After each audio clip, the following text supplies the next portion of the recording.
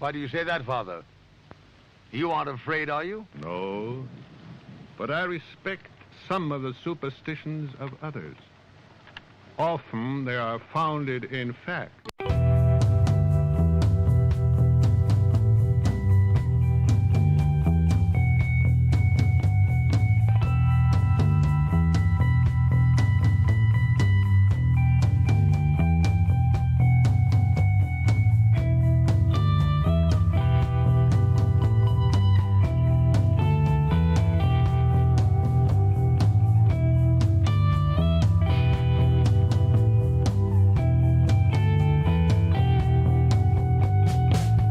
Broadcasting live from our Sanctum Sanctorum in Venice, California. This is the Sixth Sense Society. I'm your host, Krista, here with our producer, Michael, and today you are tuning into my segment, Spell It Out, Magic, Reflections, and Shadows, where I take a topic and run with it. This year, I've been focusing on different kinds of divination. And today, I'm most excited to be talking about Bird Augury, which is basically divining the future or getting advice by observing the behavior and movement of birds. But before we get started, Michael has a few announcements. Hi, everybody, and thanks again for tuning in. Just to give you a quick rundown on the shows that we have coming up for the month of March. Next week, we have our good friend Merle Yost, who is a family and marriage therapist. One of his last show on relationship boundaries was one of our most popular. It really helped a lot of people. And he'll be talking about how to make good decisions when it comes to relationships. So those of you who are looking for relationships or find yourself in some that are a little complicated or challenging, great show to tune into. The following week, we will be celebrating St. Patrick's Day with our good friend Karen Frasca, who's an expert in the mythology and spiritual practices of the British Isles. So we'll be looking at some Irish mythology. And I can't wait for that. Sort of my Celtic heritage is excited always to do St. Patrick's Week. Following her will be Lama Kathy Wesley, very popular. And we will be talking about dual mind and that concept in Buddhism and whether it's a good thing or a bad thing or how it shapes us and so forth. And it's going to be a fascinating discussion. So tune in for that. And then we're going to end the month with our friend Jacqueline Delibes, and she is going to be talking about humor as it relates to spirituality. And I think that there are some religions that certainly maybe have lost their sense of humor a little bit. I think that you can't really attain spiritual consciousness without, keeping your sense of humor. So we're going to talk about the importance of humor as it relates to spiritual growth and spirituality. So get all the information on our website, sixthsensesociety.com, SIXTH. All spelled out. And while you're there, you can buy us a coffee on Ko-Fi if you find you're enjoying the show and you would like to support us a little bit. It helps cover some of our production costs. And if not, if you can't afford it, tune in anyway. We love having you. And we'll not think lesser of you. So we're doing this for all you guys. It's a passion project for us. And also you can subscribe to our newsletter and stuff like that. So I know Krista has a lot to say on the topic, and I'm going to kick it back to her. So take it away, Krista. Great. Thanks, Michael. And yes, this is a vast and fascinating topic, and I'm going to break it down into sort of two parts. The first part, I'm going to look at a little bit more of what would be called maybe classical bird augury. And then I'm going to take it more into modern times with my own take on how you can use it sort of as a day-to-day form of omens and divination. So to get started with the first part, I did do some research for this just to get a little bit more depth in it. And I did find some really interesting sites and articles, and I'm going to link the sites or the articles in the comments underneath the video after the show. So first of all, bird augury, as I said, it's the study of birds' behaviors and movements to either divine the future or receive advice. It's very old, thousands of years old, and it's really seen in many, many cultures. And so I will not obviously be able to look at all the different cultures. And you're going to notice there is one bird that has taken over this show. And I won't tell you which one it is yet, but it's because it's so important in the different cultures. So that's what it's about. And let's talk about one of the cultures where it was very prominent was the Roman culture. And I found a really interesting article by Professor Emma Dench. It's called Roman Augury, and there's other things about prediction there, actually. It's on a Harvard site. So it was really interesting. And so she talks about a little bit about what it was in Roman times. that the person interpreting these signs was the augur, and his interpretation was referred to as taking the auspices. Auspices, she says, literally means looking for fortunate signs in birds, and they were basically taken before any major undertaking, private or public, in ancient Rome. And then there's actually more to the article, but I wanted to get another point of view. And there was another website I went to that's about classical Rome called Nova Roman. And it talks about two classes of bird augury for the Romans. One is called Ocean's auguries by singing or their voice. And usually the birds associated with that were obviously normally singing birds, but there were some that aren't, like ravens and crows are songbirds. But then also owls and hens are under this one. And then there's the other one called alates, and this was auguries by flight, and often eagles and vultures were prominent in these auguries. There was another form of auspices too called ex tripidis, and this was really almost comical, but it's serious. They would take auspices from the feeding of chickens, and there was a whole procedure of how they would do it, and basically it was often used for military expeditions. So do not underestimate the chicken in terms of being a bird of omen. There's also other important birds in other cultures. So that was a little bit about the Roman cultures, but looking at, some of like the Germanic cultures and Iceland and Sweden, again, the crow figures and raven figures very strongly, and also eagle, where the birds of Odin were eagle and raven. And these were, again, often used for traveling and for warriors. For instance, seeing a raven before a battle was seen as an omen of victory. Now, I don't know if that was true or not, but I could see why it would be. They're just magnificent birds. And then there was a fun legend about Floki of the Ravens, who was from Norway. And he evidently was sailing and loosed 3 ravens to see what direction he should go. And according to the legend, a raven took him to Iceland, where he was one of the first people there. And not to leave out little birds, in Sweden, there's a great story of Dag, an early king of Sweden, who was said to understand the language of birds. Can you imagine that? And one of the things I will say about looking at older literature, it seems to me that there are stories where the people really understood what the birds were saying. And I actually think that's possible. It's a language, and I'm sure like any language, if you study it enough, you can learn to really understand the words. And I think perhaps we've lost that ability, but not everyone, obviously indigenous cultures probably still have it. So I don't think it was a metaphor. I think that some really talk to the birds, and they do talk back. But anyway, so this particular king understood the language of birds, but he had a sparrow that would fly and bring back news for him. So the little sparrow, which is featured, I think, on Aleister Crowley's picture of the Empress, is one of the birds on that card. So the sparrow is often seen as a very prophetic and also esoteric bird. And so that's just a little bit about a few examples from cultures, but the main one that I was going to focus on today, and it's because of a little bit of a bias I have, but also because I became very fascinated with Tibet. And even though I have been part of Tibetan Buddhism, especially in my 20s, for quite a long time, it wasn't until recently that I learned about some of the divination systems that have been in their culture for many, many years. And the first time I learned about just the divination systems was a book I have called Oracles and Divination by Michael Lowe and Carmen Blacker.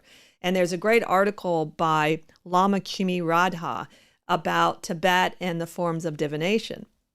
So I was reading that, I don't know, about 5 or 6 years ago, and there I discovered that the crow is the most important bird for Tibetan divination. And I'd never known that before. And I was really happily surprised, because people that know Michael and I know that we have a very special relationship to crows, and I have lots and lots of crow stories, which I could go on about, which I won't, maybe share a couple if we have time, but they really do seem to be powerful messengers for a variety of people.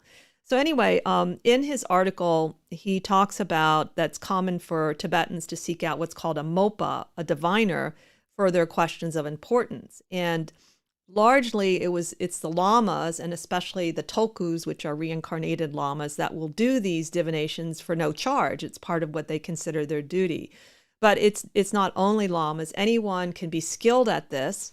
And often older people will do it, but particularly wise women. So again, that was kind of intriguing for me to hear that. And one of the methods he talks about in this chapter of the book is Balrog Chi Kad Tagpa. I'm sure I'm pronouncing it wrong, but it's basically interpretation of bird behavior.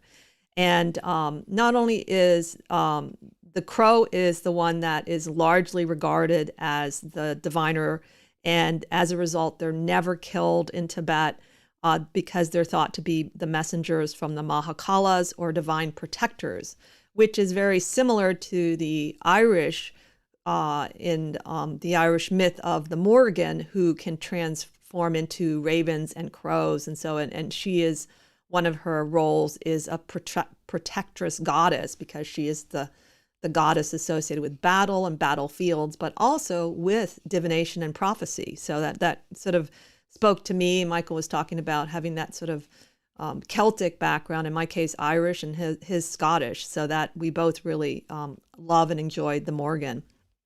So anyway, there's a great story, a real story that Lama Rada shares about a crow and about some crows and divination when they were fleeing Tibet, when the Chinese were invading Tibet, and they had problems which they still have with the monasteries, and it was pretty awful. And so many teachers left for India, including, I think, Trungpa Rinpoche. And they have some harrowing stories in their escape. So they were on a mountain pass, evidently, and they saw these crows, and they were circling in an unfavorable way, he said, but they still didn't pay attention because, according to their information and their scouts, they were safe to go over the mountain pass. And it turns out they kept going, and they ran into over 200 Chinese soldiers.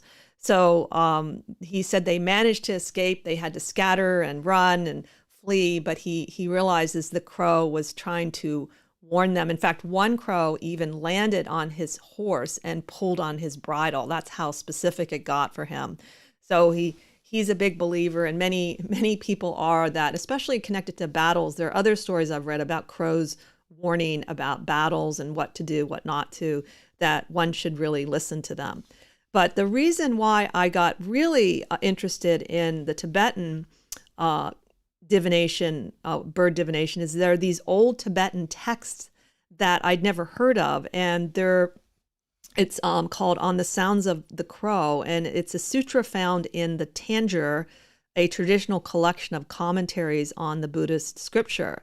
So I found Nishada A has written an article called Bird Divination in Old Tibetan Text, and it's from the Journal of Research Institute, Historical Development of the Tibetan Languages. So basically in the article, Nishida pulls together, I think it's about 5 old Tibetan texts, and then this Chinese text, and kind of compares them and contrasts them with this divination system that's extremely specific on what it means when a crow does certain things or caws in a certain way at a certain time of day, which they break down into sort of 10 parts of the day. And you can find that. I'll put the link underneath the YouTube. But it's really fascinating. And the other thing was very beautiful. I wanted to read a little bit from the text. In the beginning of the text, it reads, "The crow is the protector of men, and the speech of the holy hermit who perceives the sound of the crow is the speech of the gods. Since they have penetrating eyes and perceptive ears, the crow can reveal the admonition of the gods. There is nothing not to be inquired of the crow. You should believe in the crows and put your trust in them." And I think that is simply marvelous. And I know in Jamie Sam's wonderful medicine cards, the crow is the carrier of the sacred law, which is what I learned initially about the crow. And crows speak up, and they protect people, and they're also connected to justice. And speaking one's truth, walking one's truth, living one's truth. So that's what I had learned. And I think it's just so beautiful that this is also in the Tibetan text. And if we have time, I might read one of the examples of an omen in the text. But I had some other things I wanted to touch base on before we get to the end of the show.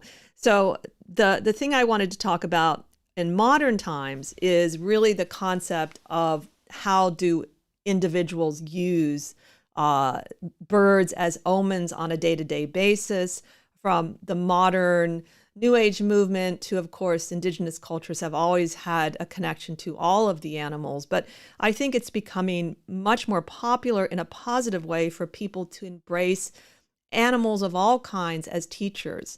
And so, as I said, my initiation into basically bird omens and bird medicine was because I had a teacher who trained with the Lakota for 10 years. And her name was Old Crow, or is Old Crow. She's still alive. And so she taught me a lot about nature and animals, but particularly about the crow. And at that point in my life, I was in my 30s, and I didn't know anything about crows, to be honest.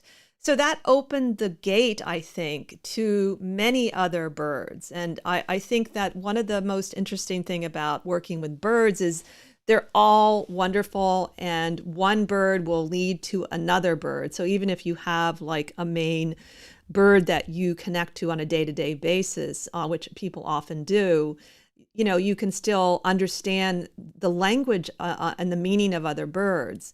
And in Ted Andrews' wonderful book, Animal Speak, he does have a large section on how to work specifically with the birds. And there's so much to it. In that you can you learn about the actual bird itself, its habitat, its mythology. You look at its what sort of their feathers. You look at certainly if they are connected to other animals, like for instance, raven and wolf have a symbiotic relationship. And it's a lifetime process. I mean, it's impossible to know all of the birds and their meaning.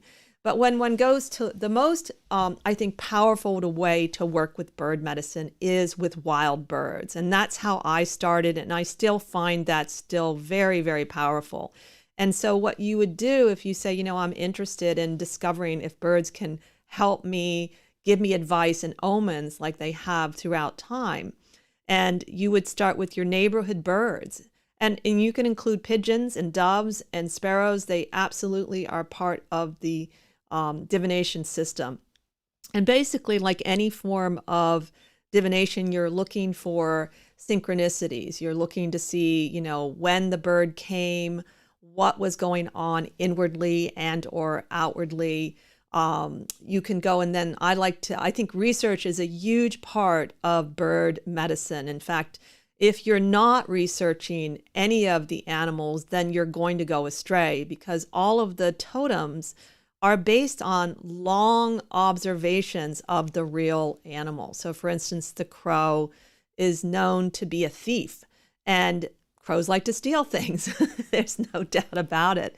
And it's sort of a dismissive idea if you don't do that, if you just think, you know, well, I'm going to get this like by channeling. And it's hard work, but it's fun. It's really, really fun. And you never, ever get to the end of understanding even a single bird because they're that interesting.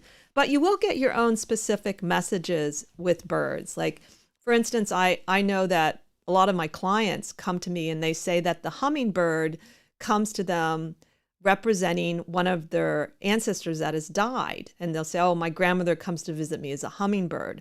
And when I first heard that, I was surprised because I had not heard that before, but it's true. Hummingbird can be a messenger of someone that has already died. It's not usually a messenger of death, though. There are birds associated with messages of death, but not the hummingbird. And it's not a common known, but if you look deep enough, there are, stories and legends about the hummingbird representing that. So you'll get your own connection. You'll also find that by watching their behavior, how they interact with one another, you can get very simple messages. For instance, at one point when we first moved to the United States, we hadn't registered our car. And I remember seeing at the Bodhi tree, these crows were fighting with a hawk. And I remember thinking, okay, there's some sort of battle coming. And I said, I don't know what it is. And yet the crows were okay. And I thought, well, whatever it is, it's going to be fine. And sure enough, our car vanished and it was towed away because we didn't have the proper registration yet. And so Michael ended up sort of going down and doing some crow talk to get it back. And so so I knew we would find it somehow. It wasn't stolen. And so you can sometimes see sort of simple interactions that help you to understand the message of the birds. Another thing I think that's very important is, we talk about how, we want to see an omen from the bird about our life. And, am I going to how do they benefit me? But for me, I think it's very important to honor the bird that you pick. And you honor it by getting to know it, and you honor it by helping it if, for instance, it comes to you in need. And even if you can't help it, maybe you can call a rescue center and they'll pick up the bird. And you honor it by building a relationship with it. And so I think that's very important in the modern world, certainly, that it's a two-way street. We don't just look at how the birds are going to help us, but how can we help the birds? And then, of course, you can also help them through their habitats. So another really fun thing to do with bird medicine is feathers. And again, Ted Andrews has some of the best sort of information about the feathers when you're getting started in his book, Animal Speak. And also, I think I was going to say at the end, he has a deck called Feathered Omens that has a little bit more about how to work with feathers. But obviously, one of the most simple way is to notice feathers that are along your path. And you can pick them up and take them home and find out. Some of them are a little hard to identify. So one of the things about working with birds, and even common birds, I have found sometimes a little hard to identify, especially the little ones. So you start to get better at all of that. You become a little bit more of a naturalist when you work with the bird medicine. But the feathers, and then, people see the feathers as kind of a message, and you would sort of see, okay, what is the message based on what kind of bird it is, the color of the bird. And again, it's something very simple that you can do that's part of your everyday world. There are decks out there. If you I still think it's important to look at the wild birds, but I also enjoy decks, being a tarot card reader. And there are some specific decks that are only about birds. And some of the artwork is really very beautiful. So I brought in a couple, about 5 of them, and I will just sort of show you them. There's this deck called Bird Cards by Jane Torian and Joyce Van Doben. And the artwork in this one is really, really pretty, but I would say the booklet is not so great. You may want to get your research elsewhere with the bird knowledge. I didn't particularly like some of the interpretations.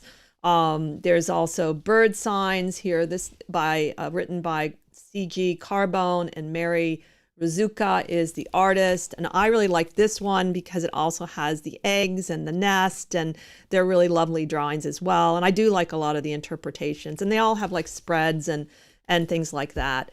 And then, as I said, Ted Andrews has Feathered Omens, and he also, I believe, has a tarot deck that's all birds. And one of the nice thing about his bird decks is they're all photographs of the birds. And so they really will teach you how to identify the birds. And then for the crow lover, MJ Cullinane has done Crow Tarot, and recently the Urban Crow Oracle, they're really delightful drawings. So if you're definitely into crows, I would say they're a lot of fun. And they can give you some sort of starting points. You could pick a card for the day.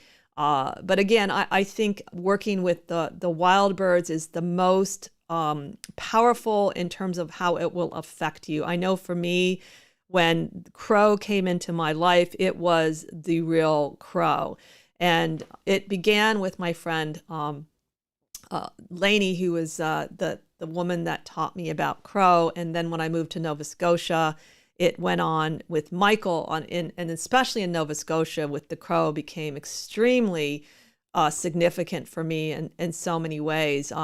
So there's many, many stories I have about different birds coming into our lives and touching our lives, but also giving me strength and also advice, different kinds of advice and warnings.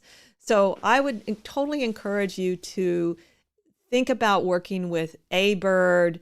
You can start with, I'm going to go outside and sort of see what bird crosses my path, or listening, because hearing the sounds of bird is a huge part of bird augury and bird medicine. So in fact, in that old Tibetan text, there's specific, when birds speak at specific times, or the crow speaks, and also in certain ways, because crows have different vocalizations, it means different things. And the same with like a mourning dove. Hearing a mourning dove could be very significant. So listen to also what sounds you hear, and then see how it relates to your life. I think that once you embrace bird medicine or bird augury, you will never be the same, and you will find that they really are a sort of specialized form of not only divination, but also they are, to me, the angels of the world in all ways, from the very large birds to the very small birds. And they delight you and will certainly, they will bring you a lot more than you possibly can realize. So one of the birds that came into our lives is a little dove, and I'd never had a dove in my life, and she was a rescue from a cat and was very, very scared and wouldn't even sort of come down we let her kind of fly around and do her own thing for almost at least 6 months, and she was a little timid, and now she's not. And she is just the most sweet, loving, and forgiving little bird, which is what doves represent, love and forgiveness. And she's totally like that. And I know it opened my heart in a way that hadn't been opened for a long time, just being around her and her beautiful songs. Doves are one of those birds that will sing back to you. If you sing to them, they will actually sing back. And it would be lovely if I understood what I was saying or singing, but I don't. So anyway, I think that's enough to sort of really get you all started in this wonderful form of divination. And I would also suggest maybe keeping a little bit of a notebook, or if you take photographs on your phone like I do, you could also keep like a photographic journal of the birds that cross your path, and start with the local ones.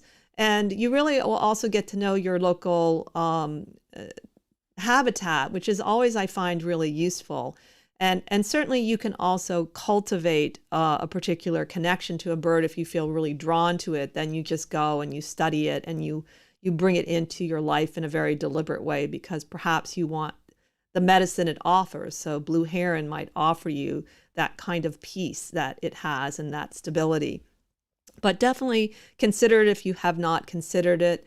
I think it's changed my life in ways I never would have thought possible. And we didn't grow up with birds. We grew up with dogs and cats, and I always liked birds. But until later in my life, I never really realized the magic they bring to all of us. And so hopefully that by loving birds and taking care of them in any capacity, it makes you want to take care of the rest of nature and Mother Earth, because they need it. They need the water and the trees and the pollination. So it's a very good way to learn about all of nature as well. And kids will love it. So thank you very much for joining in today. I hope you enjoyed it. It's definitely a big topic, and perhaps I'll touch base with it another time.